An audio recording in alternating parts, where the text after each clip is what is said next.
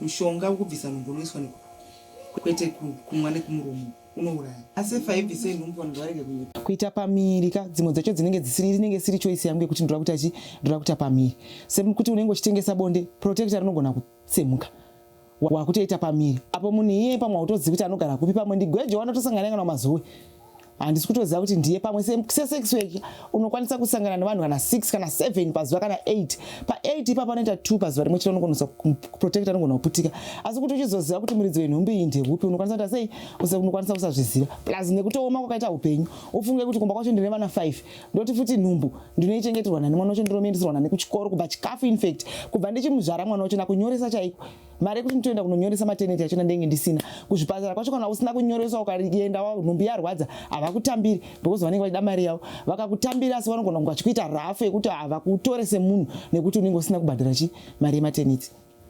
Saka munhu anenge akutya kuti ndikaenda kuchipatara ndikaonekwa ndakashandiswa mushonga ndakutosungwa because vanenge vakuda kunyatsotarisa kuti nhumbi yacho pawakabvisa mwana wacho wakazomisa kupi zvikazofamba sei zvese izvo wakutopinda bhizi. Munhu anenge akutonoti zvakutomupinzisa bhizi basa rake rakutodzokera kumashure kumba kunenge kuine vana vanenge vaida kuita sei vachida kudya iwe wakusora uchindenderedzwa nepolisi. Ndodai hurumende yaona zvekuita kana dai vabvumidzawo masafe abortion. Vakabvumidza masafe abortion handashuwa kuti kungaite queue yekuti vanhu vangaite raini rekuti toda kuuya kuzobviswa nhumbu.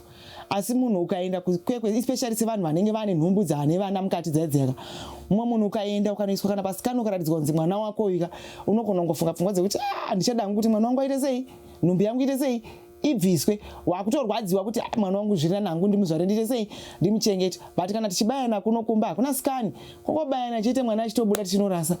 Munhu anotakurana nezvinhu zvake unozvitsvagira kwekunoviga chinhu chake kuti ndochiviga kupi. Asi vazhinji vachona mumaminda imomo ndomuri kungodhambwa vanhu vacho because kuti uende kukanzuro zvinotaura kuti ndafirwa nemwana vanenge vakuda kutozoti afa sei zvazofamba sei yatova wrong process. Saka munhu anenge akutongoti zvinhu zvake kana zvaita chibadza chake kumaminda unosiya afushira kakomba kaunongocheronga kakomba kainoda utongosiya wavharira utofamba utoenda.